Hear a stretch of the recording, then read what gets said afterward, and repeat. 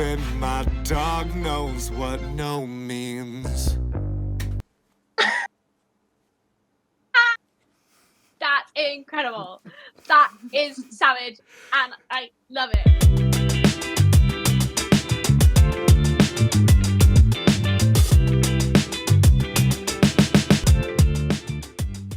Hello, gals, blokes, and all other folks. My name is Mortius, and today I am here with something really special.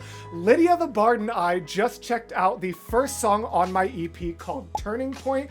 This was originally going to be just a little, short video that we did for Patreon after I checked out her songs. Make sure you go check out those videos because they were amazing. But we ended up having so much to say about it that I was like, do you mind if I just turn this into a backup YouTube video? And so this is going to be one of the ones that kind of sits in the vault until I need an extra upload. So I'm not 100% sure when it's going to come out, but I wanted to hop on. So this is one of the rare times that we are doing the intro after the fact. Lydia, want to give the people a tease? What did you think? I loved it. It was incredible. I think it wasn't what I was expecting. I don't know why. Yeah. I think you've got such a, as I say in the reaction, a very good, kind of almost rocky voice, which is very, very cool. The music is really vibey, and the lyrics are crazy and insane and beautiful, and I was fangirling the whole time we were listening to the song. So you're gonna have a great time. Yes, we had a great time. You're going to have a great time. Thank you again to Lydia for joining me for this, and I hope you guys enjoy the two of us checking out my album Turning Point together. And if you like it, make sure you stream the whole EP, because when this video comes out, you have 2 months to get me on your Spotify Wrapped. That's my #1 goal. Do it. Good point. Do it. Go watch mine and then go listen to Lydia's, the newest one. You know what? First person, I'm doing this. First person who is able to send me a screenshot of a Spotify Wrap that contains both me and Lydia will get a free month of Patreon. I'm saying that right now. So make sure you are going and supporting my album, Rediscovery, Lydia's album, which is just called Woods. The Woods, which is called The Woods. Make sure you're checking out both. And like I said, if anyone gets me a Spotify Wrap with both of us, that is my new promise. So make sure you're listening to both of those and enjoy this reaction. Performed by Mortius, written by Mortius, JP Warner, Tegan Early. So Nice. Tegan was a huge part of this. I credit her as the only reason this album was made, frankly.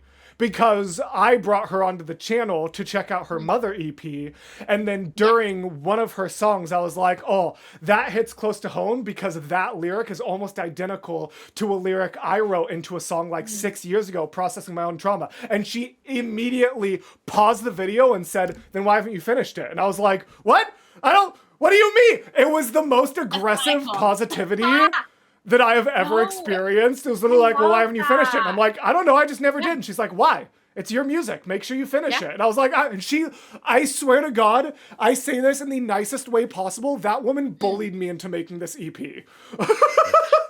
Sometimes you need someone with that energy to be like, no, do it. No, go do the thing you said you wanted to do. Yep. You need someone to do that. And then, do you know the name JP Warner off the top of your head? I do. Okay, great. Yeah. Did a lot of stuff with Casper for Stories from Sticks. Yeah, duh. That's how you know. Yes. So he was the primary producer in the first 2 sagas of Epic. Which is how he got connected to kind of the musical theater world. And then he does all production for Tegan's music, and then he also did my EP and Stories from Sticks. Busy boy. Busy boy. But yeah, so it's a 3-song EP. If we get to the end of this song and you're like, take me through the other 2, that'd be great, but don't feel like this song. Okay. They tell a story, but also each exist on their own. This song can very much tell its own story independently, and also they kind of build. So that's up to you. I love that. But that's what I wish I'd done. The album, to talk about me again. No, please. The album doesn't have a through line. I kind of wish I gave it a little bit of a through line. Just a small one. Yeah. They all connect. The only songs that connect, Feed Us, So Goes The Woods, then there's a song called Run, and then there's Feed Us Your Girls. Run is a prequel to Feed Us Your Girls. Oh. So that's the only connection there is. Gotcha. It's a cool one. Anyway. Cool. Well, so yeah, this was me too. It's been a while since I've gotten to share this with someone new. I feel like I've already gotten to share it with like everyone who like I was able to. So I love finding a new person I'm able to share my art with. Warning for this one, just like a trigger warning for general conversation of sexual assault and even like lyrical kind of depiction of it is kind of the warning I like to give in advance for this one. I mean, this will basically tell the story, but just for a little bit of context, I had a roommate and longtime best friend that I ended up being a victim of in my... I was either 19 or 20. I was about to say my early 20s, and then I remember it, and I was like, I was either 19 or 20. Even younger, jeez. Yeah. No, like, literally, the two of us were friends since, like, 4th grade, or even earlier. And then we moved from Washington to California together. Wow. And then this happened year and a half later. Sorry, let me clarify. Well, that's getting dark, and that's actually not something... I don't know how explicit I should be, because this actually isn't even something I've shared. This would be new information for patrons. I learned of it a year and a half later. That's not necessarily when it happened. Right. Jeez. Yeah. There are too many stories like that. Yeah. Just thinking about the people that I know who have similar stories, it's just... it's ridiculous. Many. And like I said in your video, like I'm... Like, the wolf can only come from within for me because it's never going to happen to me on the streets. Yeah. And I have that privilege. I have the privilege to know that, to me, the chances of, like... male perpetrated sexual assault coming from a stranger is next to nil. Yeah. I mean, it's the same, I guess, for like the most likely person to hurt you are the people that are closest to you who have that opportunity within the comfort of their own home. Like, and that's literally one of the lyrics here. So yeah, let's hop into it. But warning for you there. I'm so curious. I'm just gonna be watching you the whole time. I'm not gonna lie. But I'm so excited. That's okay. Oh, I'm excited. Can you hear it okay? It's a little quiet. Yeah, I can. Okay. Dig, dig, dig, dig, dig, dig. Cool. Just making sure. Oh my gosh, come on. How fun that the next song and playlist is Don't Cry for Your Daughter's Eve. You know how like YouTube auto-generates like similar videos? That's pretty cool, actually. Funny. Anyways.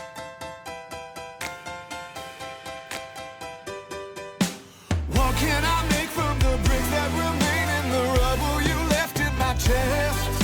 Did you take foundation or just decoration? How much of me really is left? I loved that. I know, right? Oh, did you take foundation or just decoration? How much of me is left? Yep. That's really cool. Yep. That's such a lyric. Just decoration, how much of me really is left? Out of blueprint, together we drew it, but how can I build when I don't know where you hit? The cracks are increasing, who knows how much more I can take? How much more? And no, the Roman story tells the same old tale. A woman turned monstrous for the mistakes of a male. But the way that people see her is only half a story. I'd have taken the Gorgon's curse over how you made me feel. Do you see references? That was Stop. I very much lyric write based on like one lyrical concept. So like everything in these songs, like the title is going to tell you the primary thing. Like you're going to notice, especially as we get to the chorus, I use turn a million times. And it's like turn around or turn on me, like everything is based on turn. All the uses you can have, Exactly. And so I was looking up, I was using resources online. I'm like, metaphors that use the word turn and blow like this. And then I finally found one that was turn to stone. And my brain remembered Medusa's like Roman version, how that's a sexual assault story. And I was like, oh my God, I could bring...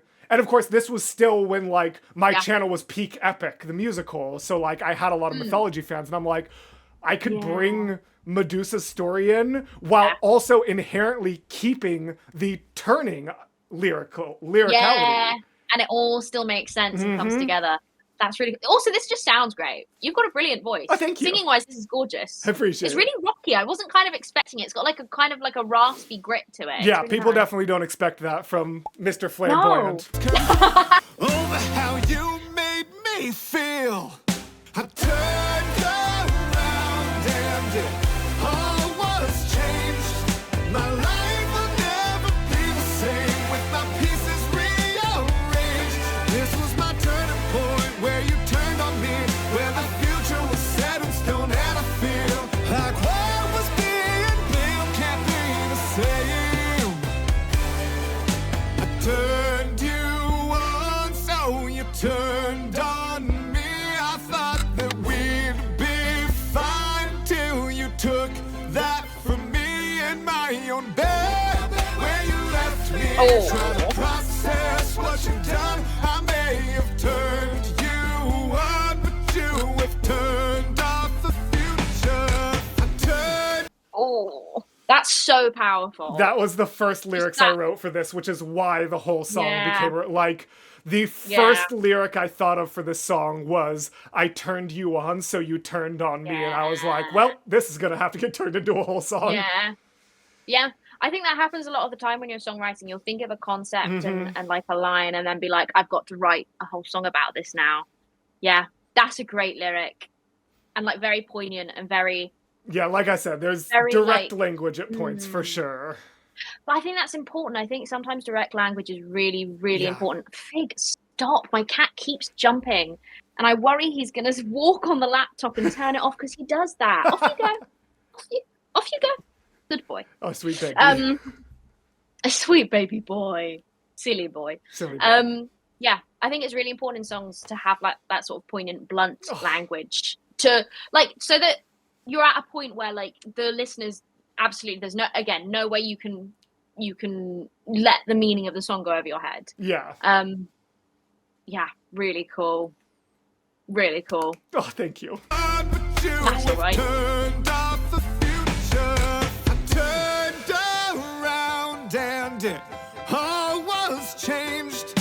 My life will never be the same with my pieces rearranged. This was my turning point where you turned on me, where the future was set in stone, and I feel like what was being built can't be the same. Your memory lingers, so I'm turning it to stone. The center of my garden is where you'll be thrown. No chance to stand on, but you see what I can grow on the shoulders of a tiny man who thought that I had something he was owed. My friends call you Very a bitch, powerful. but Very powerful. that's not fair. 'Cause even my dog knows what no means. That's incredible.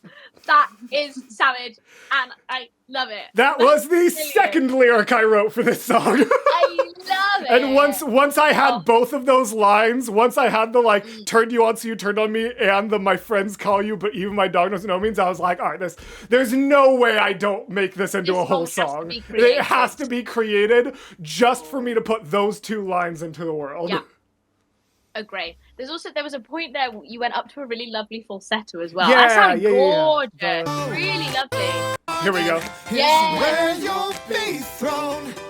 No chance to stand on, but you see. Yeah, that one's really important. And actually, fun fact, this is one of the only bits where if you hear like no chance to stand on. The background that like this was done after a like week of partying in Chicago after Tegan's concert. And so some of my voice towards the end was, so most of the BVs in this are my own voice, but just a fun little bonus fact that like was actually JP Warner himself, because by the time we got to like the BV part, I was like, I can't do those. And that was before I had a decent recording setup at home, so I couldn't just do it like once I got home and vocal rest. And JP was like, do you just want me to do the BVs for that one part? And I'm like, that feels cheap. That feels cheating. He's like, you have no idea how many songs on the radio have like someone else in the booth as secret BVs. And I'm like, okay, fine. 100%. Also, what was my other question I was going to say? Also, with songwriting, because I know some songwriters do this sometimes. Yes. So that was probably the highest note in the song. In this song. It's the second highest song in the EP, but it's the highest one in this song. Oh, right. So that note, did you do that on purpose for the highest bit to be on the word giants? 100%. Or you did? Well, okay, good. Yes and no. It was like, it was all supposed to build to like that being the high point of the song. Like, the word giants being on the most poignant point of the song was intentional. Yeah. It being the highest note, I don't actually necessarily think was intentional. That's all right. But they like they kind of shake Yeah. hands in that way. Like the word giant was supposed to be the peak of the song, which just therefore happened to be the highest note.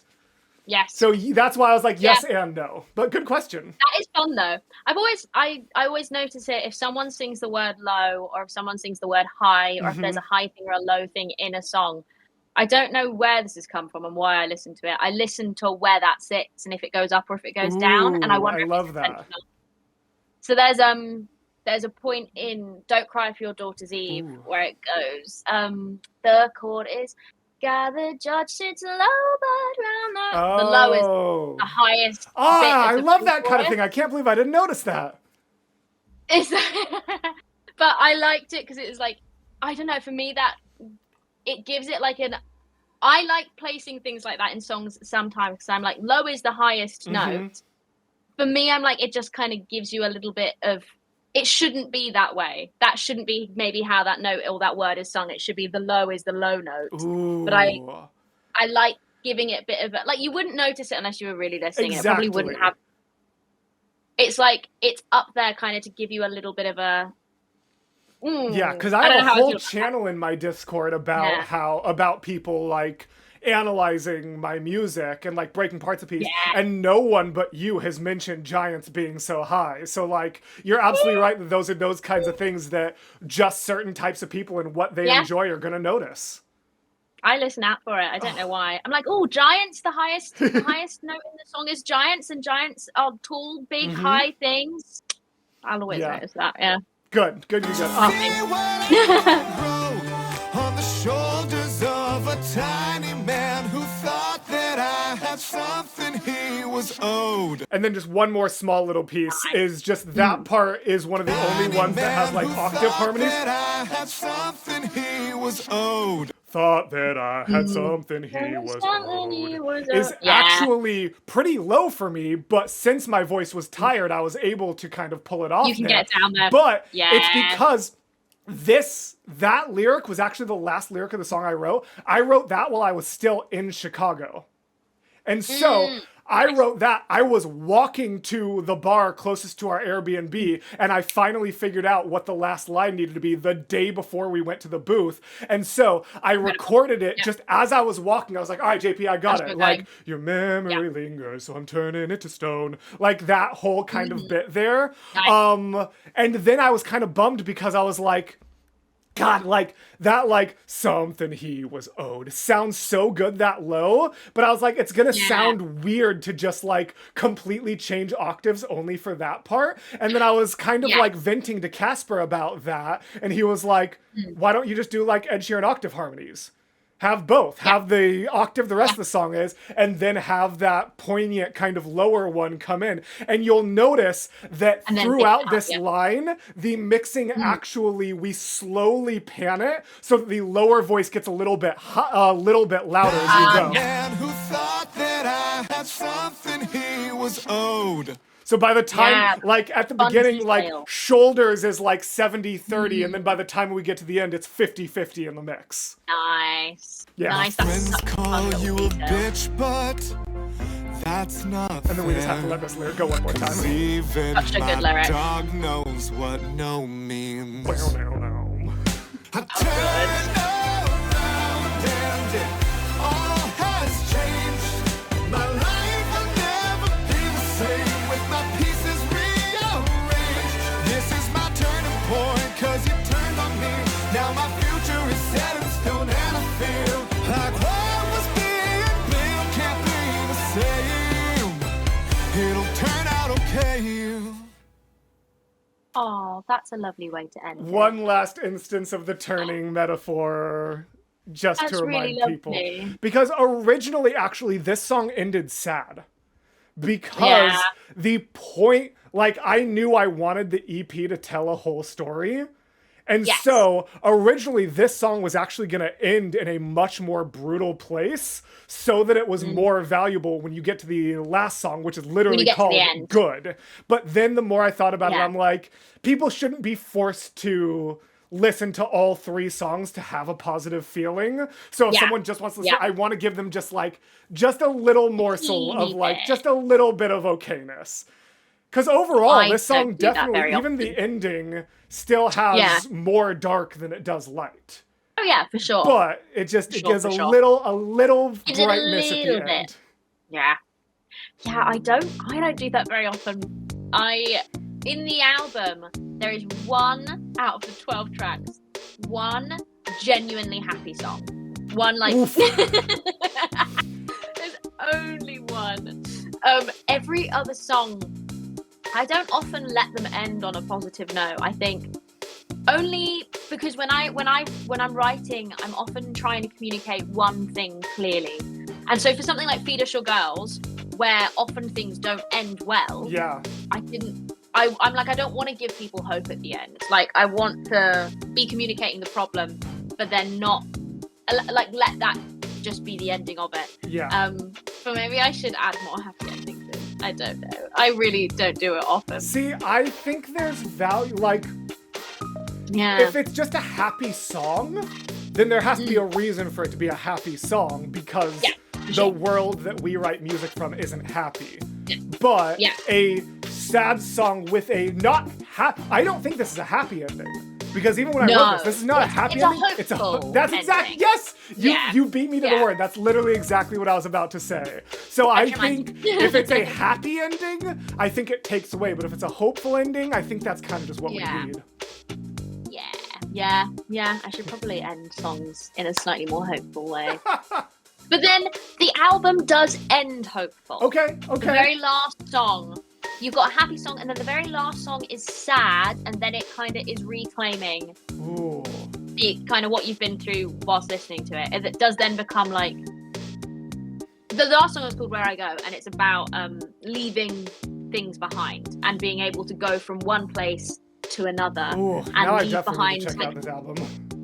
It's pretty good, I think. Well, thank you so much for letting me take you through this. I enjoyed listening to yours so very much, and I'm so glad that I was able to share some of mine that I wrote from kind of a similar place. So I'm really grateful that you enjoyed it, that you had so much to say about it. I hope you guys enjoyed this sort of like little mini bonus analysis that we've got here. If you missed the videos that I did with Lydia about her music, please make sure you check those out. But overall, this has been lovely. Thank you so much for joining me for this. And as always, gals, blokes, and all other folks, I will see you in the next video. Goodbye.